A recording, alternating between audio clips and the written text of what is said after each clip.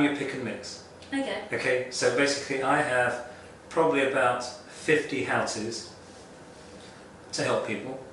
And all the time I'm looking at you. The reason I'm so intensely looking at you is not just because you're an engaging person and with a fascinating story. I'm also wondering what's going on in your mind so that I can choose the right pick and mix to basically share with you. And I'll just share them with you in normal conversation, and they will have a transformational impact on you. What do you think is going on in my head right now?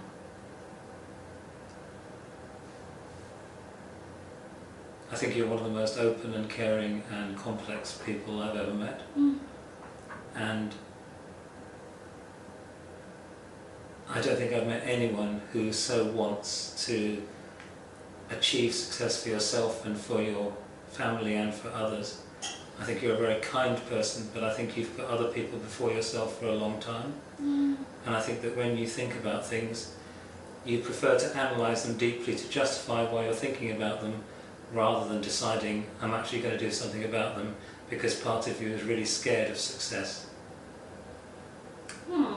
That's interesting. Am I scared of success? I don't know. I'm only telling you what I'm thinking. No, I'm just saying, I'm picking up from... Well, I think as human beings we are as scared of success as we are as failure. In fact, I think we're more scared of success because we fail all the time. You know, you might be an international adventurer and you could go to different countries and go up and down the Amazon, and you know perfectly well you're going to fall out of the boat, you're going to meet animals that will eat you, and you know, all sorts of these things are going to happen. You know you're going to fail, you know the challenges you're going to have, we know the trials and the tribulations we have in our lives. These are familiar to us every day. What I think human beings are slightly scared of is achieving their dreams. Really? Because it's unfamiliar, and it's also unfamiliar to the people around them. Remember, if you see somebody in life who's completely content, you know, who's looking completely at peace, has achieved success, whatever success means for them, we almost look at them and say, oh, big heads, you know, arrogant, how do you do that? You must have cheated, you know, you must have had some kind of help or whatever. We don't like the unfamiliar. The human mind loves keeping us familiar. Remember what I said to you in the Princess Trust event, Ayoola. Your brain has one main purpose. What is it? One main purpose: to keep you alive. And your brain is the most powerful, most amazing and laziest thing on this planet. Our brains are lazy. They want to conserve energy. All the time they want to conserve energy. So everything we do in life, our brain weighs it up. What does this mean? What will it mean if I do this? Will it put me in harm's way? Will I have to use more brain power to do that? And all the time, our brains, that's why we reach such quick conclusions. And I'll tell you the way this manifests itself. And it may be like this for you. I think most dreams are shattered long before we do anything.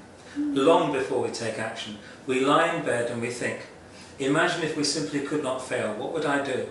And you say, I'm going to run a successful business, my business is going to grow, I'm going to help other people who are less fortunate than myself, which I know is what you do as a young ambassador. And then that little voice comes into your head and says, you? Ayoola? You? You do that? And you say to yourself, yeah, why not? And then you get all the lists of things that we've done wrong in our past. And we add them up in our mind. And then we get the things that other people say about us. And then we make stuff up. Like, oh, I don't feel I'm present in the room. And by the time we're finished, we're so exhausted we fall asleep. And what this session is going to do now is it's going to give you some very simple techniques. And although I was very dramatic earlier by saying I'm going to take you on a journey, I'm going to take you on a 3-stage journey, and that's all. And by the end of those 3 sessions, by the end of those 3 stages, you will be at peace, you will be your own best friend, and you will have a specific technique that will ensure you carry on feeling like that for a long time. What I was going to ask is, like I said, I do understand the queries that we question ourselves. I understand the whole having a fear within us and believing more than your thoughts. I do understand that we I believe I'm more than what I present myself, and it's the reason why I will continue to fight no matter what. I believe that there are certain, we question the norms. I believe we do question our abilities, and like I said, I get the feeling every day with everything that I want to do that can you do it, can you not do it, but you know what, I still go ahead, and the fact that it bugs me, the fact that it emotionally affects me means I have to do something, and I'm a fighter. Anything that sounds like a challenging, like starting a business was something, I feel like it's crazy, and that's more reason so why I want to do it, because it challenged me, it makes me feel like I cannot do it, and I hate the word I cannot. If someone can do it, I can do it too. But I mean, it's not a competition, but the fact that the idea is in my brain, I can do it, I know that for sure. But what I would like from you actually, and the reason why I've come here today, is I want to